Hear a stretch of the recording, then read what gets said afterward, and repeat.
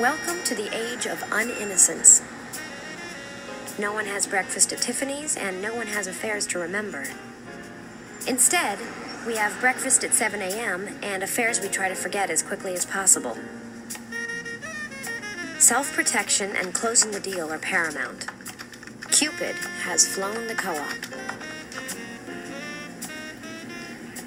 How the hell did we get into this mess? There are thousands, maybe tens of thousands of women like this in the city. We all know them, and we all agree they're great. They travel, they pay taxes, they'll spend $400 on a pair of Manolo Blahnik strappy sandals, and they're alone.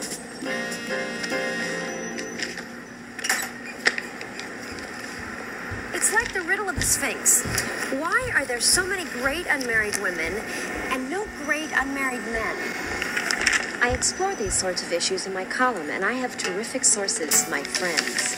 When you're a young guy in your 20s, women are controlling the relationships. By the time you're an eligible man in your 30s, you feel like you're being devoured by women. Suddenly, the guys are holding all the chips. I call it the mid-30s power flip.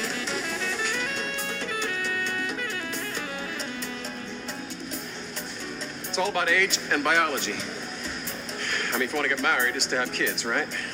And you don't want to do it with someone older than 35, because then you have to have kids right away, and that's about it. I think these women should just forget about marriage and have a good time.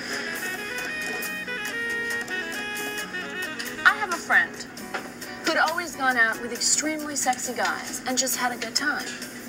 One day, she woke up and she was 41. She couldn't get any more dates. She had a complete physical breakdown, couldn't hold on to her job, and had to move back to Wisconsin to live with her mother. Trust me, this is not a story that makes men feel bad.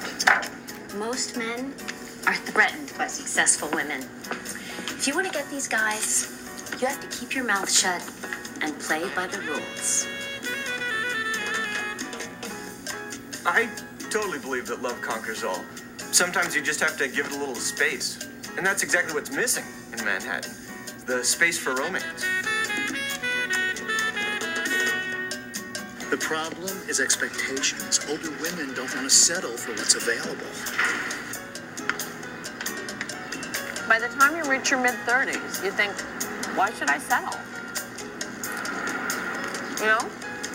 It's like the older we get, the more we keep self-selecting down to a smaller and smaller group. What women really want is Alec Baldwin.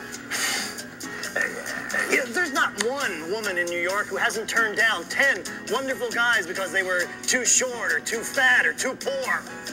I have been out with some of those guys, the short, fat, poor ones. It makes absolutely no difference.